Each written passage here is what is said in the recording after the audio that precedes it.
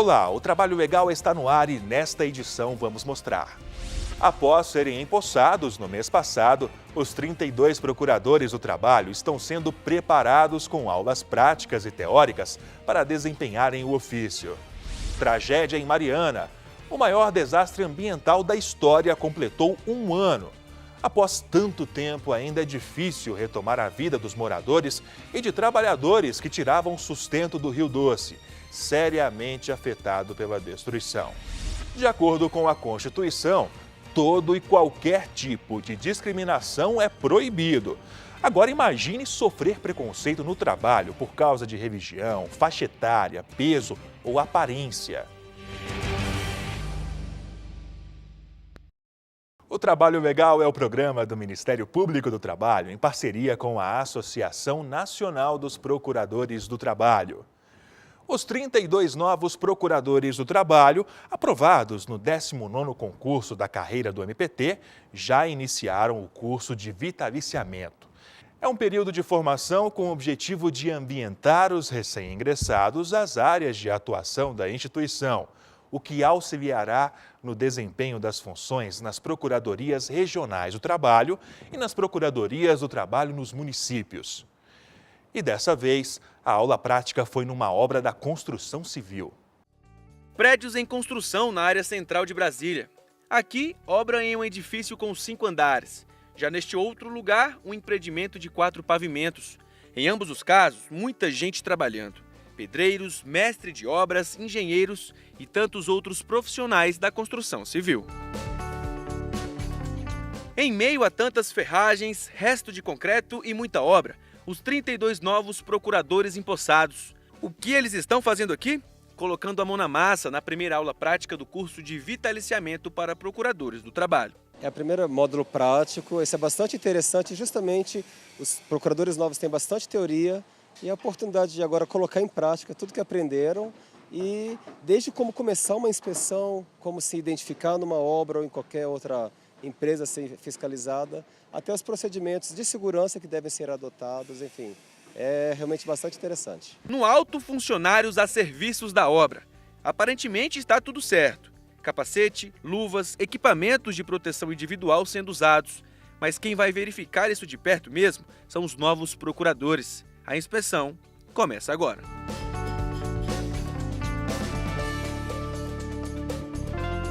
Procurador, o que precisa ser observado por aqui? Quando fiscalizamos obra, 3 fatores são os mais importantes e que causam os acidentes, inclusive fatais. Choque elétrico, soterramento e queda de altura. Então nós vamos ver a questão de equipamentos de proteção individual, a proteção contra quedas, seja cinto de paraquedista dos trabalhadores, seja as proteções coletivas que evitam a queda de materiais e pessoas. Soterramento a obra já não tem, porque já está em fase avançada, elevada. E vamos verificar também a estrutura elétrica do prédio. No térreo, avisos por todo lado. O objetivo? Tentar minimizar os riscos de acidentes.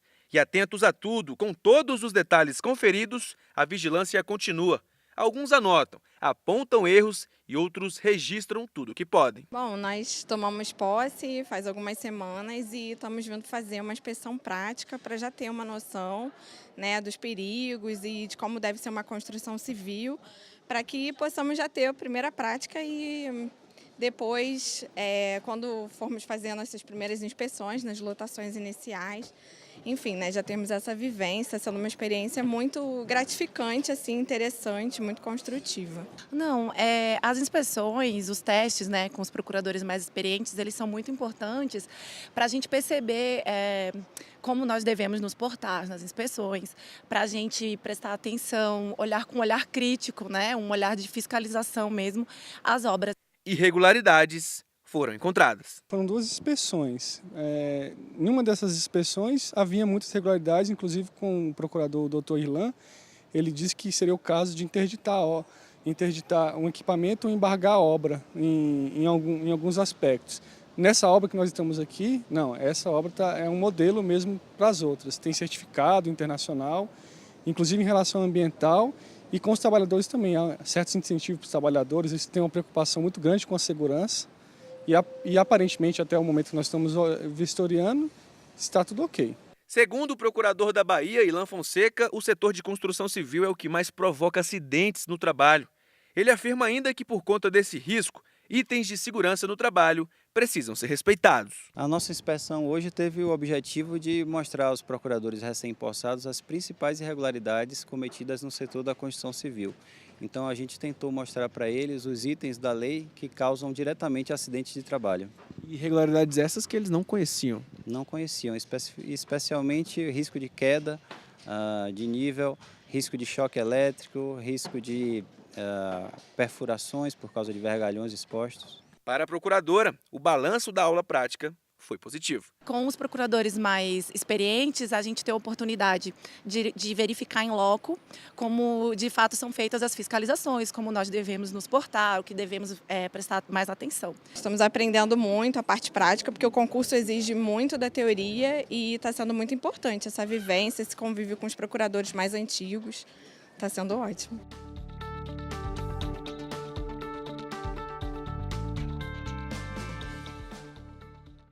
O Procurador-Geral do Trabalho, Ronaldo Fleury, destacou a atuação do Ministério Público do Trabalho a favor da sociedade durante a mesa de abertura do 17º Seminário Internacional Ética na Gestão. O Procurador-Geral do Trabalho, Ronaldo Fleury, participou do Seminário Internacional de Ética Pública, realizado pela Comissão de Ética Pública da Presidência da República. Entre os assuntos, temas relacionados à democracia e direitos humanos. Como convidado da mesa, Fleury destacou a atuação do Ministério Público do Trabalho em benefício da sociedade. Disse ainda que, além do Ministério Público do Trabalho, outros órgãos públicos devem se concentrar em ações que beneficiem a população. A relação entre a ética e o trabalho traz para a gente o conceito que qualquer trabalho, não é só o trabalho público, qualquer trabalho ele se realiza não na própria pessoa do trabalhador, mas em todos aqueles que recebem o trabalho.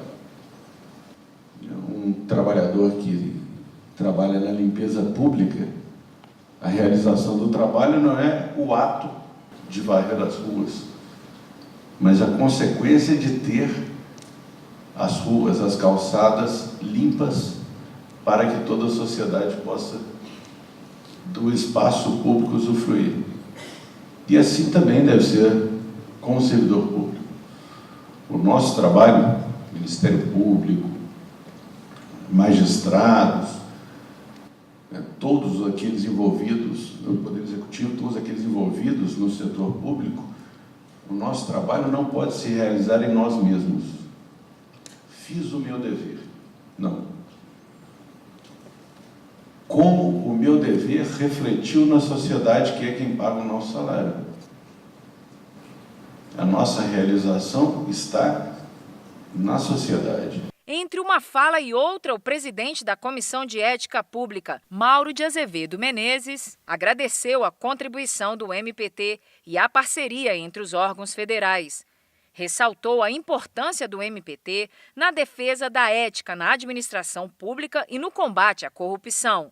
Participaram do evento membros da Advocacia Geral da União e do Tribunal Superior do Trabalho e integrantes do Ministério da Transparência, Controle e Fiscalização. Depois do intervalo, a maior tragédia ambiental da história do Brasil completou 1 ano no mês passado. Fique sabendo o que o MPT tem feito para assegurar os direitos dos trabalhadores atingidos pelo desastre de Mariana, em Minas Gerais. Voltamos já.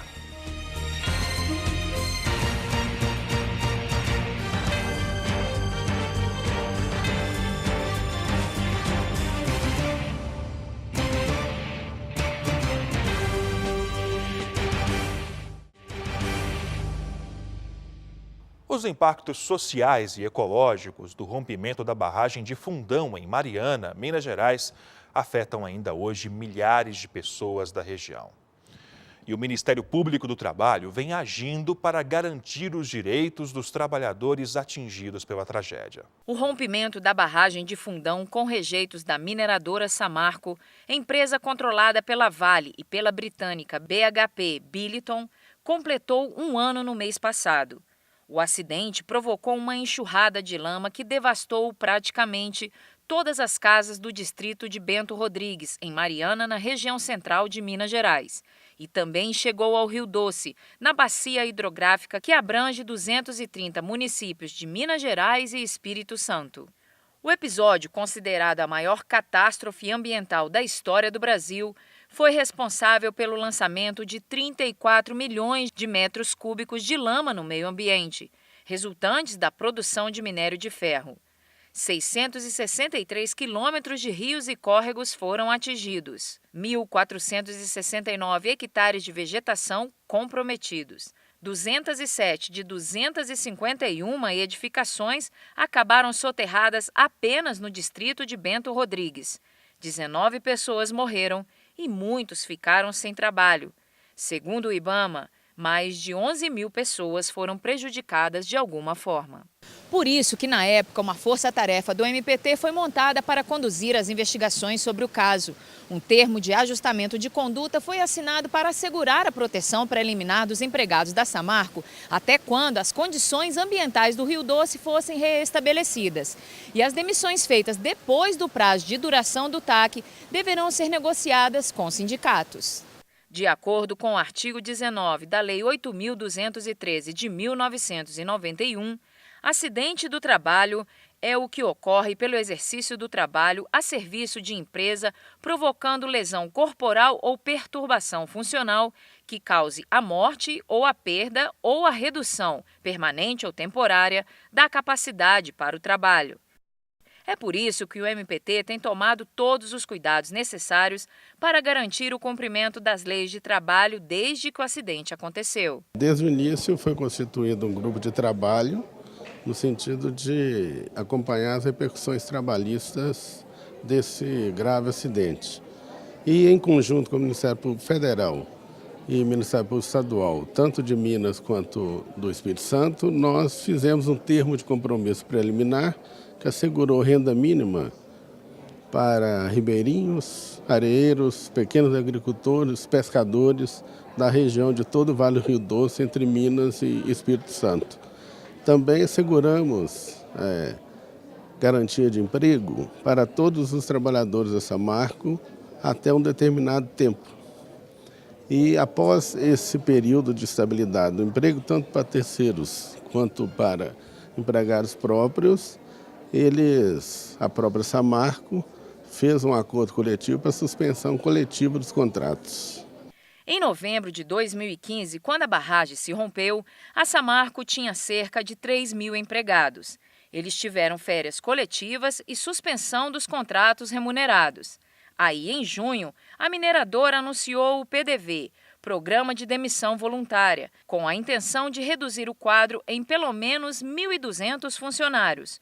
O programa foi aderido por cerca de 900 trabalhadores. Após junho, uma suspensão negociada dos contratos.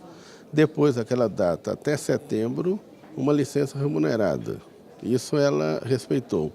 Mas agora, diante da não concessão de licença ambiental, a Samarco resolveu dispensar esse contingente muito grande de trabalhadores. E é isso que nós estamos procurando evitar na Justiça do Trabalho de Ouro Preto.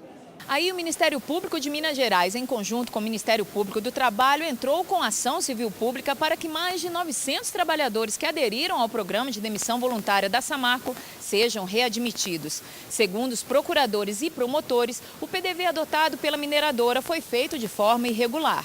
De lá para cá, nós atuamos na proteção daqueles trabalhadores que viviam do Rio e na proteção dos próprios empregados da Samarco e suas contratadas. Hoje nós temos ainda muito a fazer e temos, por exemplo, as indenizações dos seguros que são pagos ou não são pagos aos pescadores, aos ribeirinhos, às lavadeiras, e assim, uma judicialização, uma demanda, uma conflitualização dessas questões por conta do não pagamento, por exemplo, ou do não cadastro, erros de processamento. Isso tudo tem demandado muita atenção do Ministério Público do Trabalho.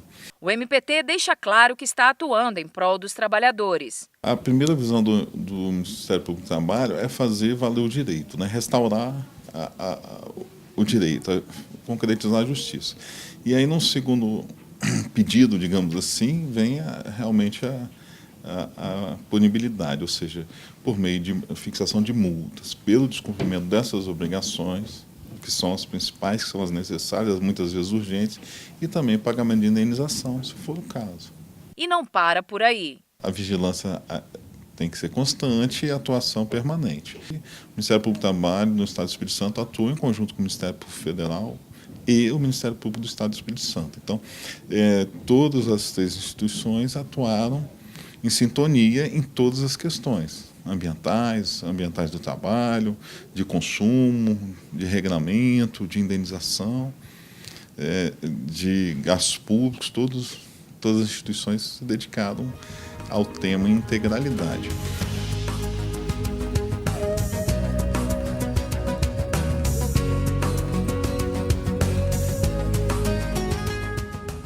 E você vai ver no próximo bloco.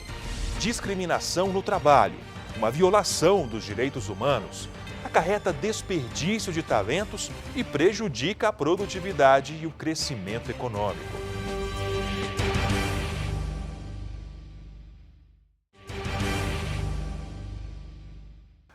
A discriminação no emprego significa conceder às pessoas um tratamento diferente e menos favorável por razões que não têm qualquer relação com o mérito. E o local de trabalho é um ponto estratégico para acabar com a discriminação na sociedade. Porque é no âmbito do trabalho que existem pessoas de diferentes raças, sexo, idade e biotipo, por exemplo. Jeito de se vestir, biotipos diferentes, tatuagens pelo corpo, diferença de gênero, piercing ou até mesmo cabelos coloridos. Encontramos no trabalho pessoas com essas características.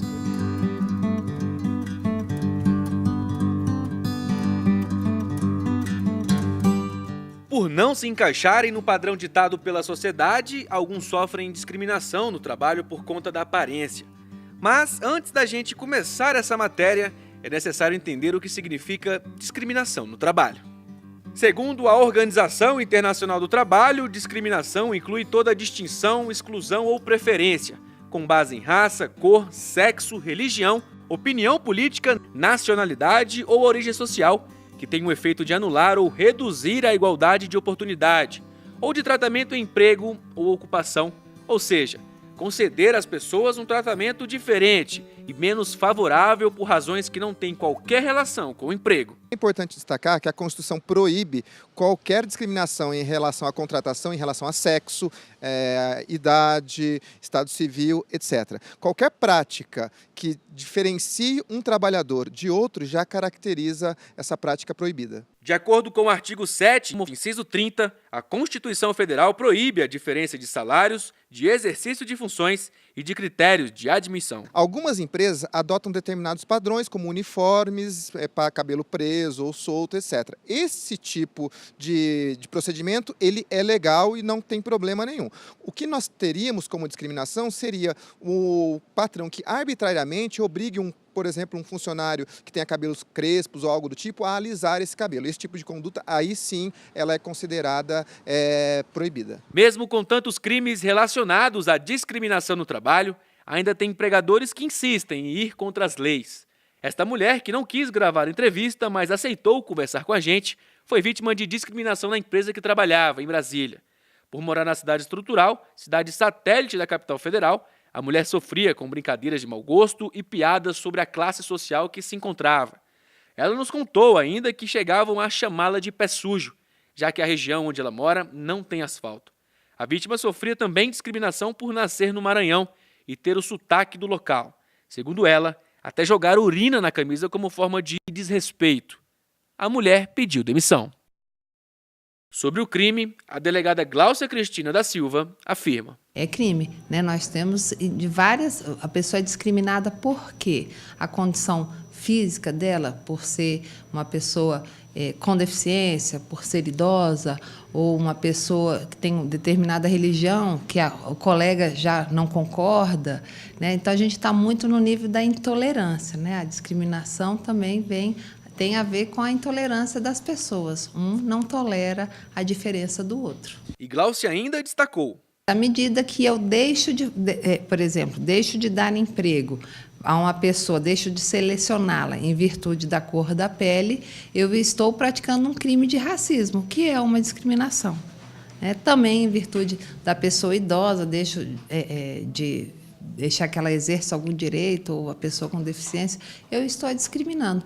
Ou porque a orientação sexual dela não é aquela que eu concordo, eu aceito, eu vou demiti-la porque uma determinada pessoa é homossexual. O que tem a ver a escolha a orientação sexual dela com a função que ela desempenha?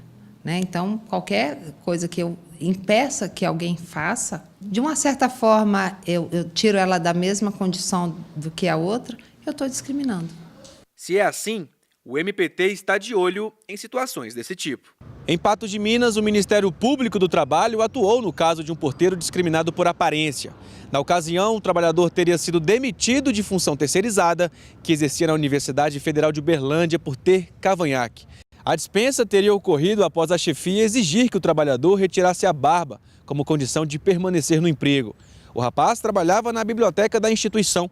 A sentença da Vara do Trabalho de Patos de Minas determinou o pagamento de indenização de R$ 3.000, mas o TRT do Estado aumentou o valor para R$ 6.000 após o pedido de recurso.